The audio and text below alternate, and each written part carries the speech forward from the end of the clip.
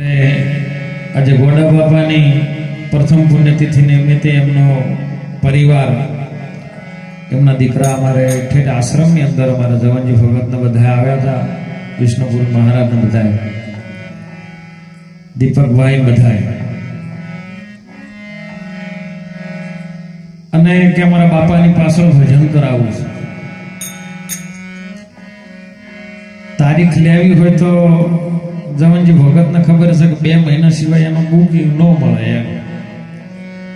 પણ કિંબુવા તારીખ હતી, પણ કિંબુવાના ભક્તો કે જો બાપુ હું 2.5 વર્ષથી જવાનજી અમારા ભગત તારીખ લેવા માંગતા હોય તો તમે પેલું એ ભજન કરો, આપણે એક દિવસ લેટ રાખશું. એટલે જવાનજી રાજી થઈ ગયા. કીધું જવાનજી આ બધાનો મેળ લાવવા વાળા ગોડા ભાષા, કારણ કે ભાગ્યશાળી હોય ને એની પાછળ ભજન થાય. નહીતર કોરોના આવ્યો તો ની સમય પેક જતા ને બારીઓ બહાર કોઈ ઘરવાળા પોણી નતો પાડ્યું. અને એટલે કીધું તું શેર અન્નનો છે અધિકારી, હું પદમાં ઘણું નથી હારું, પદમાં નમ મત હાલી નીકાળે, એક શેર અનાજનો તું છે અધિકારી, બાકી બધું છે પ્રભાવ.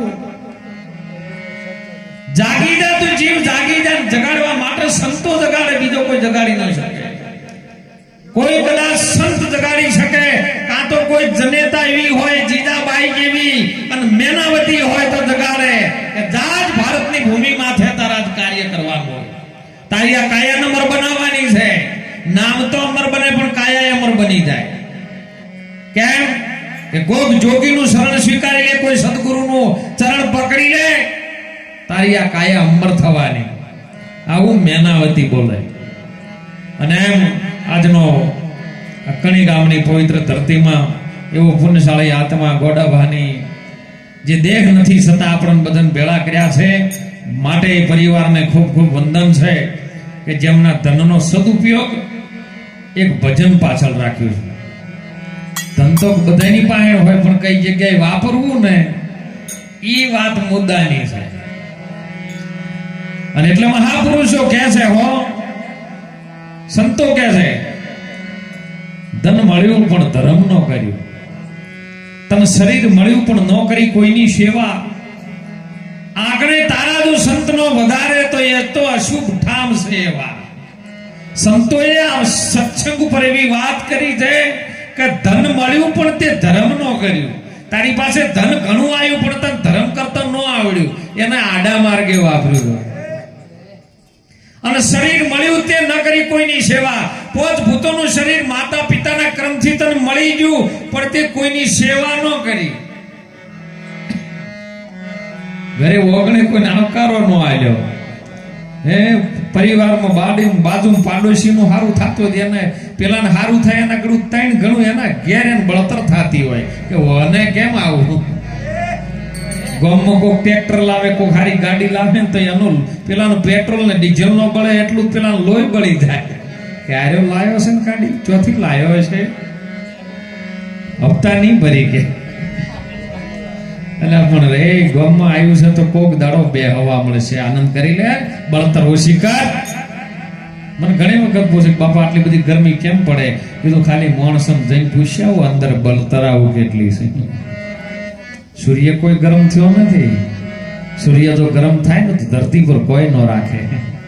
પણ માણસના વિચાર, માણસને તમે એક માણસને પૂછો, એકબીજાને બળતરો ઘણી ચાલુ છે. બળતરની લાયા જ ઉપડી છે, બીજી કોઈ અગ્નિ નહીં હો. શરીર મળ્યું તે ન કરી કોઈની સેવા. જે તારા વગણે કોઈ સંત કે સાધુ ન વધારે તો સમજો કે અશુભ ઠામ સેવા. તારા ઘેર કોઈ સાધુ સંતનું પગલું નથી, કોઈ અતિથિ આવતું નથી, તારું મહેમાન નથી આવતું, તારા ઘેર ઓગણામાં કૂતરું ન આવે, પોપટ પારે એવું ન આવે તો સમજો કે મોહણીયું એના કરતી સારું હોય. તો લાશ તો આવે ત્યો માટે જાગો. મહાપુરુષો આપણા ભારતના સંતો પોકાર કરીને કહે છે કે બધાને એક સરખા જીવન નહીં મળતા. મળે છે કોઈને દફન પણ કફન કોઈને મળતા નથી. પથરા તો ઘણાય મળે પણ આવા રતન કોઈ મળતા નથી. જેના બાપાની પાછળ એમનો પરિવાર ભજન કરવા માટે તૈયાર થયો ને રતન કહેવાય. ભવસાગરમાં હિરલા ને મહાસાગરમાં મોતી, રત્ના સાગરમાં રતન ની બજે. હમણાં ગણપતિ વંદનામાં આવ્યું હતું. અને એટલે પુણ્યશાળી આત્મા ગોડાભાઈની આજે પહેલી પ્રથમ પુણ્યતિથિ છે અને એમાં સમસ્ત ભાવિક ભક્તો, સંત માતાઓ અને મારે ખૂબ તબલજીમાં જે તાલ આપી રહ્યા છે મારા નયનભાઈ, સતત જો એમને તારીખ ન મળે પણ કાલે ફોન કર્યો ને જોગ ને સંજોગ ભેળો થયો એટલે ખૂબ ખૂબ વધાવું છું. મહાપુરુષો એક જ વાત કરે છે સાહેબ, વાણીની અંદર કોઈ સત્સંગની અંદર કોઈ સમજણની વાત આવી જાય, કારણ કે આધ્યાત્મિક સિદ્ધાંત છે ને તો ઉતરવું કાઠું જવાનું ભગત. કારણ કે કાગડો કદી મોતી નો ચરે બા, અને મોતી જો ભૂલથી ચરી જાય તો એનું ઓજરું ફાડી નાખે, ટક્કર નો ચાલી ગયા. એટલે ભારતની ભૂમિ માથે, અયોધ્યાની ભૂમિ માથે જ્યારે માં જાનકીજી ભગવાન રાઘવેન્દ્ર સરકાર રામ અને લક્ષ્મણ દત્તી ત્રણે બેઠેલા અને લક્ષ્મણ દત્તીને ઈશારો કર્યો. માં જાનકીએ કીધું કે લક્ષ્મણજી પૂછો ને, તમારા ભાઈને પૂછો, આ વડો ધર્મ શું છે, આ મહાધર્મ શું છે? બધા જગતના બ્રહ્માંડના અવતારને નારાયણ અવતાર છે રામ, ભૂમિનો બ્રહ્માંડનો માલિક છે, છતાં ભજન કોનું કરે છે, કયા વડા ધર્મનું છે ઈ તો પૂછો. હું તમને પૂછું મારા લક્ષ્મણજીના બંધવા, તમે મને કહો વડા ધર્મની વાત. સૂર્ય નતા, ચંદ્ર નતા, નતા નવલખ તારા, એ પવન પાણી આકાશે નહોતું તે દીએ ધણી આધર આધર હતા. તમે કહો આ ધર્મ કેવી રીતનો હતો, મને કહો તો ખરી. હું જેવી તેવી છું તો તમારા ઘર નહીં ના રે. કારણ ભગવાન રામચંદ્રે કીધું કે જો એમાં દાવો લાગે ને એમાં વાત ન થાય.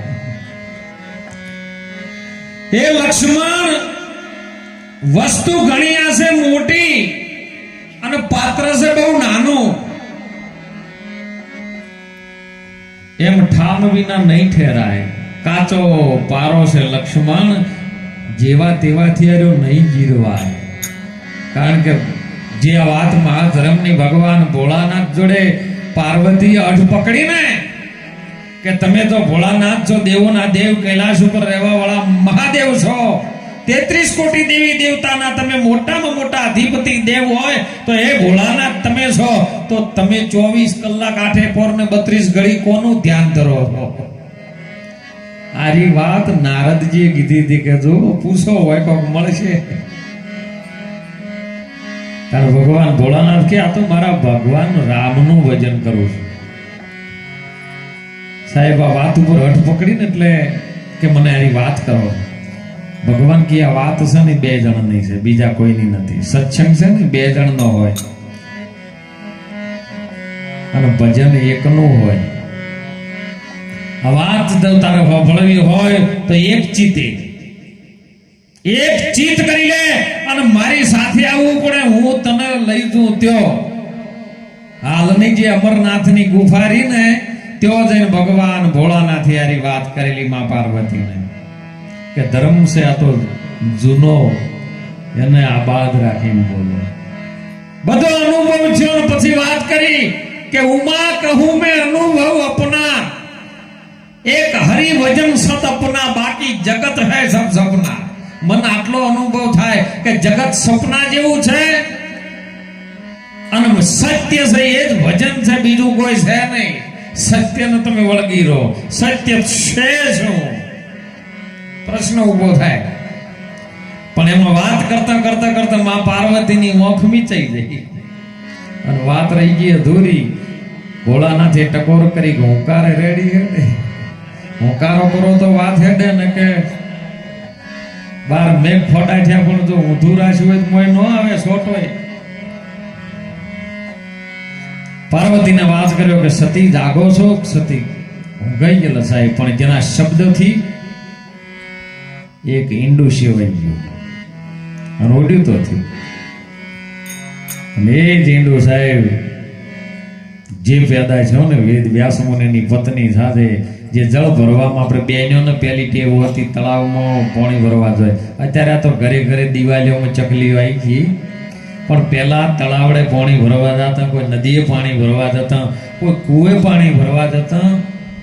અત્યારની દીકરીઓ આવું બહેનો કરી પણ ન શકે. અને એ સમયે બહેનોને એવી એક ટેવ હોય કે ઘડો ભરાઈ જાય એટલે ઉપરથી પાણી લઈને ઉપરથી ખોબામાં લઈને પી જાય, કતોકોમાં થોડું કરીને બહાર કાઢી નાખે. એટલે વેદ વ્યાસજીની પત્ની પાણી ભરવા માટે નદી કિનારે ગયેલા અને આ ઈંડું ચોકણ ગયો સાહેબ, પવન દ્વારા સાહેબ ચોકણ સેવાઈ ગયું, મોય જળમાં જતું રહ્યું, કૂરો બની ગયો. અને એ પાણી અમને ખોબામાં લઈને પીવા અંદર ઉતરી ગયો કરવામાં. આ તો પાણી છે. કેવું પાણી કેરી પેદાશ કરી જળથી જુગતી રચાણી. તમે પેલા પાણીથી બાળક પેદા થાય એનો સમજતા, આનો સિદ્ધાંત કઈક અલગ છે. પાણી કેરી પેદાશ કરી જળથી જુગતી રચાઈ એ સાહેબને કેમ કરી છોડો? જો તન મન ધન કુરબાની તમે પીઓ ને રામ રસ જાણી. એ રસ સાહેબ પીધો નિત્યથી સેવાનો અને વેદ વ્યાસ મુનિના પત્નીના ગર્ભની અંદર 18 માસ રહ્યો છે. બહાર આવવા માટે રાજી નથી. ભગવાન ભોળાનાથનું પાછું પાત્ર જેને ત્રિશૂળ કહીએ, 3 પોખા વાળું આવે. તમે જોજો ત્રિશૂળ હોય ને 3 પોખા વાળું, 2 શેડા ઓમ આવે ને 1 શેડો ઊભો આવે. ત્રિશૂળમાં નિશાન જોજો કેમ આવે છે. 2 શેડા તમારા વિચારોના છે, હોયથી હોય આવે છે ને જાય છે ને એ વિચારો આડા જ હોય છે. એક સુરતાનો તાર છે એ સીધો અણી વાળો છે અને એના ઉપર જો તમારું મન ઠેરે ને તો તમારું ભજન થાય ને કે નથી થાય એવું કદીએ. આ ત્રિશૂળનું મહત્વ આવ્યું છે. પછી ચાહે માતાજીના મંદિરમાં હોય કે કોઈ દાદાના મંદિરમાં હોય, પણ આરી વાત એ સીધીયાણી ઉપર જો તમારું મન ઠેરે એક ક્ષણ તો ભજન થઈ જાય સાહેબ. અને 18 માસ સુધી બહાર ન આવવા માંડે એટલે વેદવ્યાસ મુનિ પ્રાર્થના કરી કે બહાર આવો. કે ના, બહાર આવું તો મને ભગવાન ભોળાનાથનું પાછું પાત મારી નાખે એમ છે. ત્યારે ભગવાન ભોળાનાથ પણ ત્યાં જઈને આવ્યું ફાસ કે બહાર નહીં મારું. કે ના, તે વાત જે જાણી લીધી છે જગતના કોઈ માનવી તો કરતો નહીં. કે ના, હવે મેં જાણી છે બધે હું કહેવાનો. ભગવાન કહેતો તને જીવતો ન રખાય. હમણાં વાત નથી સુંદર કીધી વાણીની અંદર. વાણી રે વાણી, મારા સદગુરુની વાણી જીવતો પરણાવી અને બાવે મુવા ઘેર મોજ માણી. મારીને પછી મોજ મોણાય એમ ના કે બહાર આવે મારી નાખે. તો કે મર્યા સિવાય તણારી વાત જણાય એવી નથી. 18 માસે બહાર આવ્યો, પણ એમાં એક વચન આપી દીધું સાહેબ કે બહાર આવે ખરો, પણ કોઈ તારે પાસે આવે, કોઈ કદાચ આ ધર્મને સ્વીકારે અને હાથ જોડીને તન મન ધન સમર્પિત કરે અને કોઈ કે મને આરી વાત જણાવો તો જણાવાય ને કે જણાવવાની નહીં. આ વચન ઉપર બંધાણો. એટલે 18 માસે સુખદેવનો જન્મ થયો છે. સુખદેવનો જન્મ થતા પહેલા ઓર લઈને નીકળ્યા હો કે હું અહીં રહું નહીં, મને બધું જ્ઞાન ગર્ભની અંદર. આ તો રામબાણ વાજ્યા હોય તે જાણે, બોલ્યા મૂર્ખા છું મોનમાં મોણે. રામબાણ વાજ્યા હોય તે જાણે. ભક્તને વાજ્યા પહેલાદને વાજ્યા, ધ્રુવને વાજ્યા પહેલાદને વાજ્યા. વાજ્યા વેદ વચન પ્રમાણે. અરે સુખદેવના ગર્ભવાસમાં વાજ્યા, વાજ્યા વેદ વચન પ્રમાણે. આ તો રામબાણ વાગ્યા હોય તે જાણે. એને વાગેલા હતા. પણ જનક રાજા વેદવ્યાસને એમ થયું કે કદાચ આ દીકરો ઓમ નોમ જો ગર્ભની અંદર જ્ઞાન લઈને બહાર નીકળે તો એને અહંકાર મારી નાખે. માતા પિતાનું શું, જેને પોચ ભૂતોનું શરીર 9 માસ સુધી તેના ગર્ભની અંદર રાખ્યું, તો એનું શું? તું આવું કરે તો પાછળના જીવો શું કરે? જુગતી રચાઈ. તારે જાવું જા, પણ માના ઋણમાંથી મુક્ત નહીં થઈ શકે. તો કે માના ઋણમાંથી મુક્ત થવું હોય તો કે એક રસ્તો છે. જે તને જ્ઞાન થયું છે ને જગતના જીવોનું કલ્યાણ થાય એ હેતુથી વાપરજે, ખોટા ઉપયોગમાં ન કરતો. પણ તને જે ગુરુ જ્ઞાન કરવાનું છે ને એ તો તને નહીં થયું. તો કે એના માટે મિથિલા નગરીમાં જનક રાજા છે એની પાસે જોય તો આરી વાત તને જણાવે એવા છે. કારણ કે અષ્ટમંકાએ એમને જ્ઞાન કરાયેલું છે. એટલે તરત પાછો વળે જઈને જનક રાજા પાસે જાય છે અને જે બાકી રહી ગયું હતું ને જનક રાજા એને સુખદેવને જ્ઞાન આપ્યું અને પછી સુખદેવ મુનિએ ભાગવતની કથા કરી છે. અને એ મહાપુરુષો ભારતના સંતોએ કે આજે ભૂતોનો દેહ આપણી વચ્ચે ગોડા બાપાનો નથી,